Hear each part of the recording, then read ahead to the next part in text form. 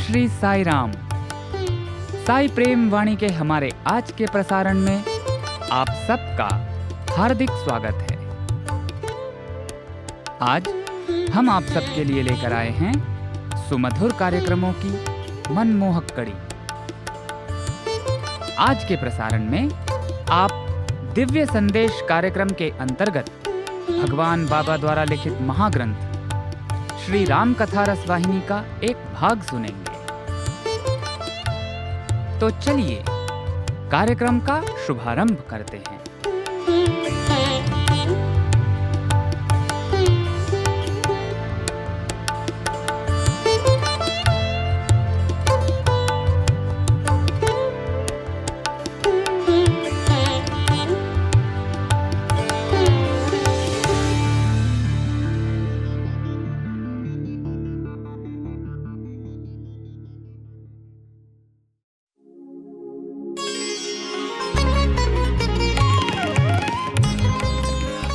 अब प्रस्तुत है दिव्य संदेश। इसके अंतर्गत भगवान बाबा द्वारा लिपिबद्ध किए गए महाग्रंथों में से एक श्री राम कथा रसवाहिनी का एक भाग आज हम प्रस्तुत करने जा रहे हैं। दिव्य संदेश, साई संदेश, दिव्य संदेश, साई संदेश।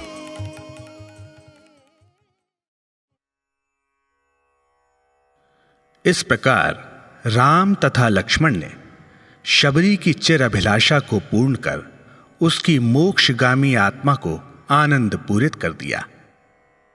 वृद्धा भक्त शबरी की श्रद्धा व अनंत भक्ति के विषय में वार्तालाप करते हुए सहजात सिंहों के समान राम व लक्ष्मण जंगल में अपनी अग्रिम यात्रा पर चल दिए। तीव्र गति से बढ़ते हुए वे ऋषिमुख पर्वत श्रृंखला पर पहुंच गए। उस पर्वत श्रृंखला के मध्य सुग्रीव अपने मंत्रियों एवं दरबारियों सहित शरणार्थी रूप में वहां वास कर रहा था। सुग्रीव ने दोनों को पर्वत के समीप देखा और उनकी विलक्षण छवि तथा शक्तिशाली गति देखकर आश्चर्यचकित हो गया। वह कोई दिव्यावतार प्रतीत हो रहे थे। सुग्रीव सदैव अपने निवास स्थान के पास अपरिचित लोगों की खोज में रहता था, क्योंकि उसे अपने बड़े भाई बाली का भय था कि कहीं वह अपने दूत भेजकर उसके वर्तमान गृह में भी उसे पीड़ा न पहुंचाए। अतः अपने निवास की ओर जाने वाले सभी मार्गों पर सुग्रीव सदैव ध्यान रखता था। वह आगंतुकों की कांति और ऐश्वर्य को देखकर भयभीत हो गया। वह तत्काल उन दोनों व्यक्तियों तथा उनके उद्देश्य के विषय में जानने को अति आतुर था। अतः उसने हनुमान को अपने पास बुलाकर कहा, वीर नायक, क्या तुमने वह दो तेजस्वी व्यक्तित्व देखे? किंचित भी विलंब मत करो, जाओ और यह पता लगाओ कि वह दोनों कौन हैं, कहां से आए हैं और इतनी दूर आने का उनका क्या उद्देश्य है। मुझे पूर्ण समाचार लाकर शीघ्र दो। किंतु यदि वह बाली के दूत हैं तो मुझे संकेत दे देना, मैं इसके लिए देखता रहूंगा। अपना सिर वक्षस्थल के नीचे झुका लेना, मैं समझ जाऊंगा। मैं शीघ्र ही यह पर्वत छोड़कर अन्य पर्वत का प्रबंध कर लूंगा। सुग्रीव ने उसे सभी अनिश्चिंताओं का सामना करने के लिए विभिन्न निर्देश और परामर्श दिए। हनुमान शीघ्र ही आगंतुकों की ओर चल दिए। उनके पास पहुंचने पर वह श्रद्धापूर्वक उनके चरणों पर नतमस्तक हो गए। उन्होंने कहा, हे दैदीप्यमान, आपने मुझ में गहन आश्चर्य व उत्सुकता उत्पन्न कर दी है। आपके मनोरम रूप ने मेरे चित्त को आकर्षित कर लिया है। आप इतने मृदु और भोले भाले हैं। निसंदेह आप साधारण मानव नहीं हैं। मेरा अनुमान है कि आप पृथ्वी पर अवतरित नर नारायण रूपी दिव्य युगल हैं। आप सेवकों अथवा निर्देशकों के बिना ही इन भयानक जंगलों में क्यों घूम रहे हैं? क्या आप मुझे इसका कारण नहीं बताएंगे? हनुमान ने अति नम्रता और श्रद्धा पूर्वक यह प्रश्न पूछा। राम ने हनुमान की भक्ति तथा नम्रता की सराहना की। उन्होंने मुस्कुराते हुए उत्तर दिया, हनुमान वीर, हम अयोध्या के राजा दशरथ के पुत्र हैं। हमने पिता की इच्छानुसार ही जंगल में प्रवेश किया है। यह मेरा भाई लक्ष्मण है। मेरा नाम राम है। मेरी पत्नी भी हमारे साथ वन में आई थी, किंतु चित्रकूट में हम दोनों की अनुपस्थिति का लाभ उठाकर किसी राक्षस ने कुटी से उसका हरण कर लिया। अब हम उसका पता लगाने तथा उसे पुनः प्राप्त करने के लिए उसकी खोज में यहां घूम रहे हैं। राम ने निर्बाध रूप में हनुमान से वे सभी तथ्य कह दिए जो कि पर्वत श्रृंखलाओं में उनका आगमन स्पष्ट कर सकते थे। उन्होंने कहा, हां, मैंने तुम्हें अपनी कथा सुना दी। मैं तुम्हारे विषय में भी जानना चाहता हूं। हनुमान को आभास हो गया कि वे भाई उनके इष्ट ही थे, अतः वह उन्हें आदरपूर्ण श्रद्धांजलि अर्पित करने को पुनः उनके चरणों में गिर पड़े। वह उठकर उनके एक ओर खड़े हो गए। उसके नेत्रों में हर्ष और भक्ति के अश्रुओं की अजस धारा प्रवाहित थी और वह मूक थे। अंत में साहस बटोरकर करबद्ध हनुमान ने अति क्षीण स्वर में कहा, प्रभु, मैं मूढ़मति हूं और इसी कारण मैंने आपसे ऐसा प्रश्न किया। मेरी धृष्टता एवं मूर्खता को आप क्षमा करें। हे राजाधिराज, आप मेरी कथा तथा वर्तमान दशा के विषय में ऐसे पूछ रहे हैं मानो आप कोई साधारण प्राणी हो जो बताने पर ही जान सकते हैं। क्या यह न्याय संगत है? आपके द्वारा हम पर डाले गए माया आवरण के कारण मैं आपके विषय में नहीं जान सका था। स्वामी, आप सर्वशक्तिमान और दुर्जेय हैं। सेवक अपने प्रभु और स्वामी की बराबरी कैसे कर सकता है? सभी प्राणी आपकी योजना अनुसार आपके माया जाल से भ्रमित हैं। मेरी एक बात कहने की इच्छा है जिसके साक्षी मेरे प्रभु हैं। मुझे अपने ईश्वर की उपासना करने के अतिरिक्त अन्य कोई कार्य नहीं आता। जब स्वयं ईश्वर ही अपने सेवक का पोषण और संरक्षण करे तो उसे क्या भय? प्रभु की शक्ति ही सेवक की ढाल है। ऐसा कहते हुए हनुमान ने अपना वास्तविक रूप ग्रहण कर लिया। राम हनुमान को देखकर अति हर्षित हुए। उन्होंने उनका आलिंगन करते हुए कहा, तुम मुझे लक्ष्मण के समान ही प्रिय हो। उन्होंने हनुमान को अपने पास खींच लिया और अति प्रेम पूर्वक गले लगा लिया। उनका अस्थिर थपथपाया और अति दुलार से उनका मस्तक और मुख स्पर्श करने लगे। उन्होंने कहा, हनुमान, मैं अधिकांशतः उन्हीं लोगों पर प्रेम वर्षा करता हूं जो मेरी सेवा करते हैं और यह विश्वास करते हैं कि सेवा ही मुक्ति का सर्वोच्च साधन है। इस पर हनुमान ने कहा, प्रभु, वानर सेना नायक सुग्रीव ने विभिन्न परिस्थितियों वश स्वयं को बड़े भाई बाली का शत्रु बना लिया है और सुग्रीव को इस वन में राज्य निर्वासित कर दिया गया है जहां अब वह वास करते हैं। वह भी आपके ही सेवक हैं। वह आपके स्नेह और आशीर्वाद के योग्य हैं। उन्हें अनुग्रह दान देकर अपमान मुक्त करें। उनमें लाखों वानरों को सीता की खोज में संपूर्ण विश्व में भेजने की क्षमता और प्रवीणता है। वह वानरों के राजा हैं। वह इस कार्य में विजय प्राप्त कर सकते हैं।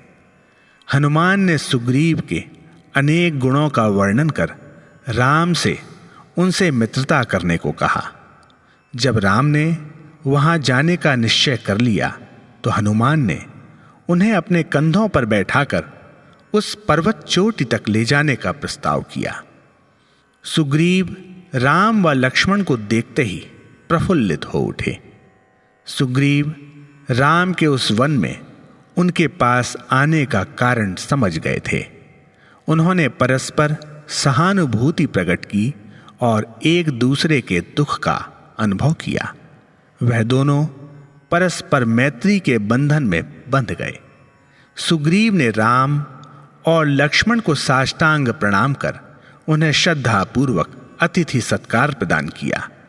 राम ने सुग्रीव को आश्वासन दिया कि वह उनके भय का नाश और दुखों को समाप्त कर देंगे, क्योंकि वे दया की प्रतिमूर्ति थे।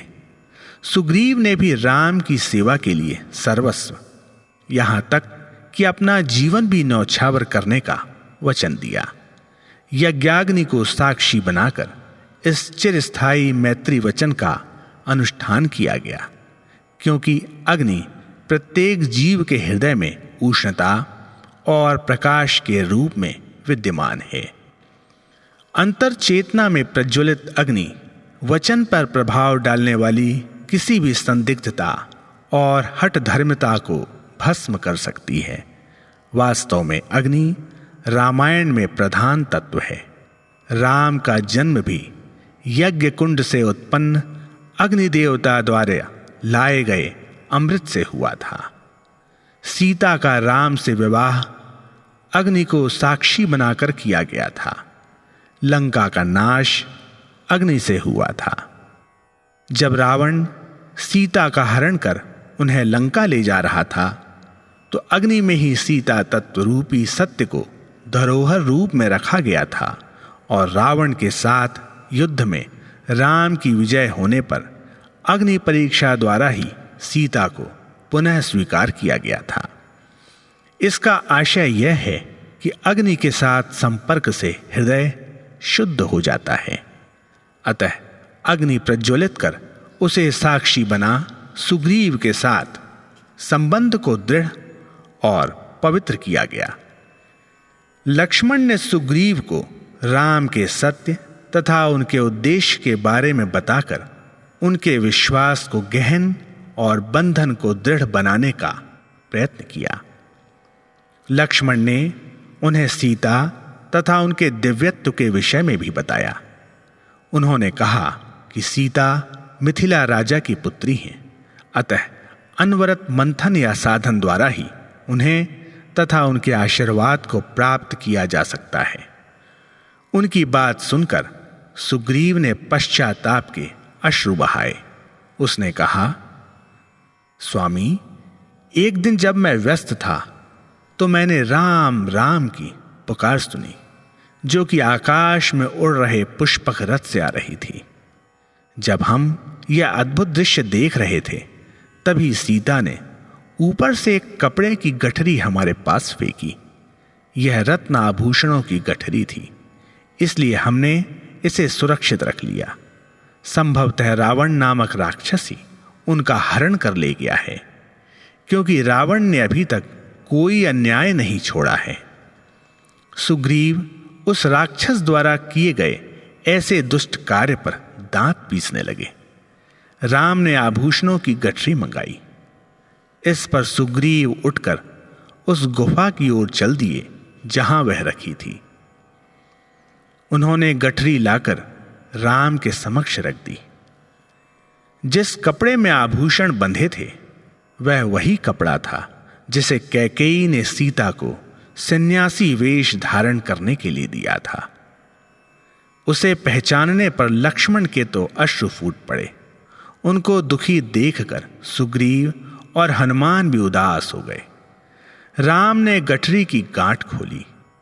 उन्होंने सभी आभूषण लक्ष्मण को भी दिखाए, जिससे यह निश्चित हो जाए कि वह सीता के ही थे। लक्ष्मण ने स्पष्ट शब्दों में कहा कि वह उन आभूषणों को नहीं पहचान सकते थे, क्योंकि उन्होंने कभी नेत्र उठाकर सीता को नहीं देखा था। मैंने तो केवल भाभी के बिछुए ही देखे हैं, क्योंकि मैं प्रतिदिन उनको साष्टांग प्रणाम करता था। मैं निश्चित रूप से कह सकता हूं कि यह उनके ही बिछुए हैं। जंगलों में घूमते समय मैं उनका तथा उनके चरण चिन्हों का अनुगमन करता था। आपको ज्ञात है कि आप सदैव उनके आगे और मैं पीछे चलता था। मैं उनके चरणों पर दृष्टि रख कर ही चल रहा था। इसलिए मुझे मालूम है कि वह उनके ही बिछुए हैं। जब दोनों भाई आभूषण देखकर दुखी हुए तो सुग्रीव और हनुमान अति चिंतामग्न हो उन्हें देखने लगे। सुग्रीव और अधिक सहन ना कर सके और बोले, स्वामी दुखी मत हो, आज से ही मैं सीता को खोजने का प्रयत्न करूंगा और उस दुष्ट रावण का नाश कर सीता को वापस ला आप दोनों को प्रसन्न करूंगा। यह मेरा वचन और पुण्य प्रतिज्ञा है। इस प्रतिज्ञा पर राम ने महान संतोष व्यक्त किया।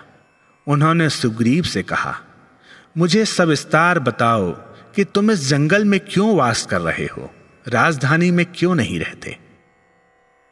जिस प्रकार माला बनाने के लिए कलियों को गूंथा जाता है, उसी प्रकार सुग्रीव ने यथाक्रम स्पष्ट किंतु संक्षिप्त शब्दों में बताया कि उसके माता पिता कौन थे, उनका वास्तविक निवास स्थान क्या था, उसके तथा उसके बड़े भाई के मध्य शत्रुता के क्या कारण थे। राम को ऐसा प्रतीत हुआ कि सुग्रीव की कथा लगभग उनकी ही कथा के समान थी। विशेषतः पत्नी का वियोग और राज्य से निष्कासन। उन्हें आभास हुआ कि सुग्रीव सच्चा और सरल था तथा बाली दंड देने योग्य था, क्योंकि उसने सुग्रीव की पत्नी को ले जाने का दुष्कर्म किया था, जो वानर प्रथा के अनुसार अक्षम्य था। राम ने सुग्रीव को अपनी पूरी कथा बताने के लिए कहा। सुग्रीव ने उत्तर दिया, हां, मैं अपनी संपूर्ण जाति के उद्भव और घटनाओं का वर्णन आपके चरणों में भेंट करना चाहता हूं। एक बार ब्रह्मा ने वानर रूप की रचना की। यह महान शक्तिशाली किंतु सदैव निज कार्य क्रियाओं में स्वेच्छाचारी था। ब्रह्मा ने इसे ऋक्षराज का नाम दिया। जब इसने अपने कार्य और निवास स्थान के विषय में पूछा तो ब्रह्मा ने निर्देश दिया, वन में रहो, क्योंकि वहां तुम स्वेच्छानुसार घूम सकते हो। अपनी रुचि के अनुकूल कंदमूल खाओ। जब किसी राक्षस को पकड़ो तो उसका नाश कर उसके दुष्कर्मों से जंगल की रक्षा करना। ऋक्षराज पूर्व दिशा में चला गया और ब्रह्मा के आदेशों का पालन करने लगा। एक दिन ऋक्षराज वानर अपनी प्यास शांत करने के लिए तालाब पर गया। जब उसने पानी के लिए जल में मुंह डाला तो उसे स्वच्छ जल में अपना ही प्रतिबिंब दिखाई दिया। उसे चिंता हो गई कि कोई उसकी प्रतीक्षा में वहां लेटा हुआ था। वह शत्रु को पकड़ने की उत्सुकतावश तट के चारों ओर घूमता रहा। जब वह चिल्लाता था तो जल के भीतर उसका शत्रु भी चिल्लाता था। जब वह दांत पीसता तो प्रतिबिंब भी ऐसा ही करता था। यह तो उसकी स्वयं की ध्वनि और भाव भंगिमाओं की ही गूंज और प्रतिबिंब था। अत्यधिक क्रोधवश ऋक्ष अपने शत्रु को मारने के लिए तालाब में कूद पड़ा। छलांग लगाने से वह स्त्री बन गया। अति आश्चर्य सहित तट पर आकर उसने सूर्यदेव की प्रार्थना की। उसने मानसिक संताप सहित इंद्र से भी प्रार्थना की। सूर्य के अनुग्रह से उसके एक पुत्र अर्थात मैं सुग्रीव हुआ और इंद्र के आशीर्वाद से दूसरा पुत्र मेरे भाई बाली का जन्म हुआ। दोनों के जन्म लेते ही तत्काल वह पुनः ऋक्षराज बन गया। ऋक्ष दोनों बालकों को लेकर निर्देशन हेतु ब्रह्मा के पास गया। उसने ब्रह्मा को पूर्ण कथा सुनाई। ब्रह्मा को उस पर दया आ गई और उन्होंने अपना निर्णय इस प्रकार सुनाया। हे बाली और सुग्रीव, दक्षिणी क्षेत्रों में जाकर किष्किंधा में निवास करो। सर्वलोकेश विभिन्न नामों से पुकारे जाने वाले राम रघुवंशी दशरथ के पुत्र रूप में जन्म लेंगे। वे अपने पिता के आदेशानुसार जंगल में आएंगे। वे बहुत सी अति मानवीय लीलाएं करेंगे। वे साधारण मनुष्यों की भांति व्यवहार भी करेंगे। भ्रमण करते हुए तुम्हारे स्थान किष्किंधा भी पहुंचेंगे और तुमसे मित्रता करेंगे। उनके दर्शन का, उनकी वाणी सुनने का तथा उनके चरण स्पर्श का सुअवसर प्राप्त करने का प्रयत्न करो। इससे तुम्हारा जीवन धन्य हो जाएगा।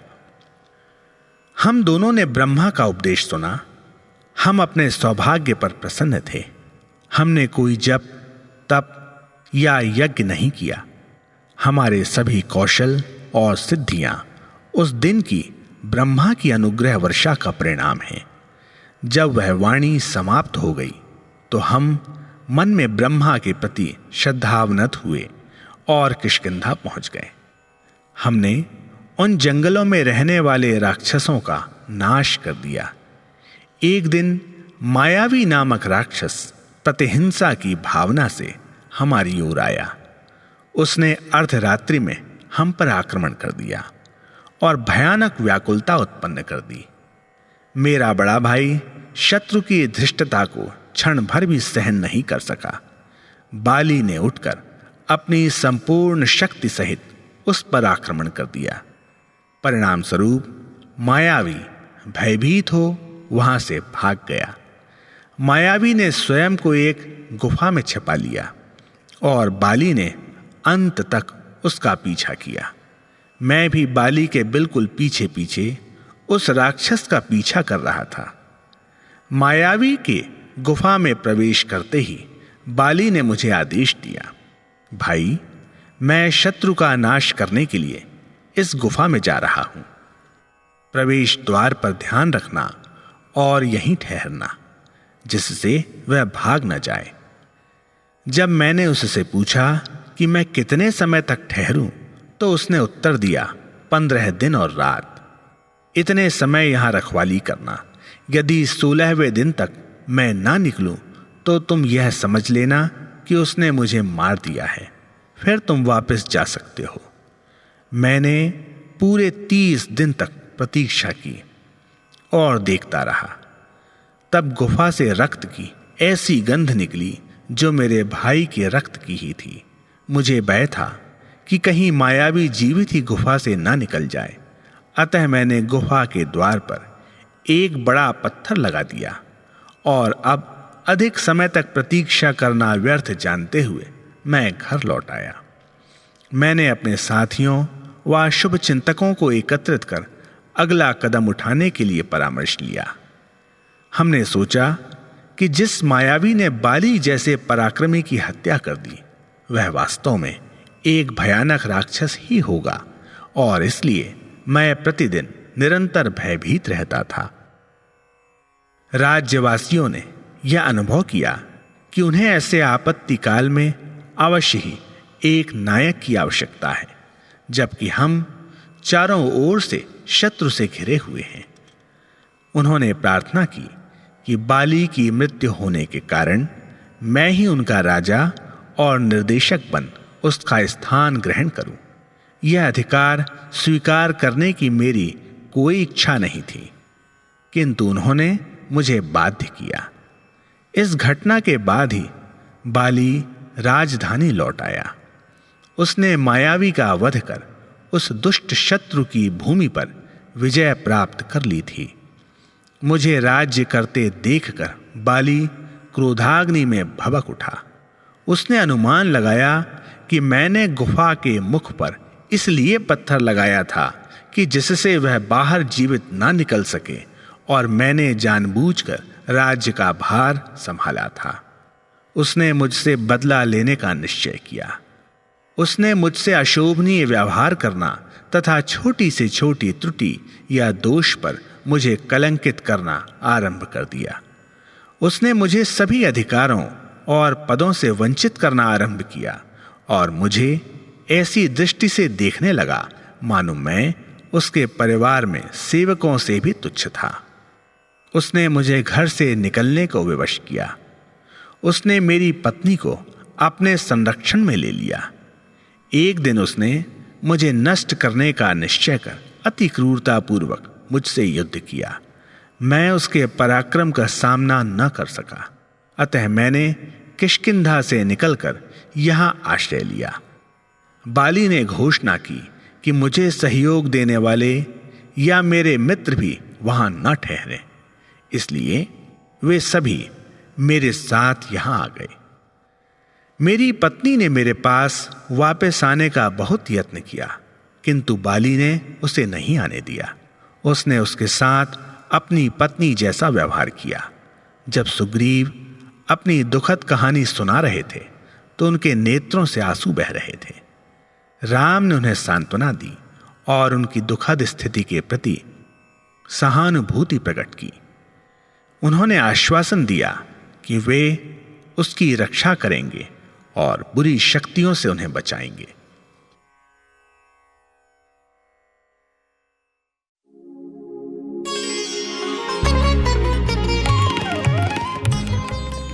अभी आप सुन रहे थे दिव्य संदेश।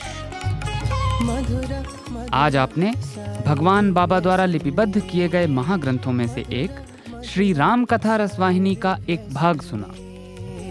भवसागर तार का दिव्य संदेश, साई संदेश, दिव्य संदेश, साई संदेश। प्रिय श्रोताओं, अब समय है हमारे साईं प्रेमवाणी के इस प्रसारण को विराम देने का। हमें आशा है हमारा आज का कार्यक्रम आपको पसंद आया होगा। अपने सुझावों को हम तक जरूर भेजें। हमारा व्हाट्सएप नंबर है 9393258258 93 258 258।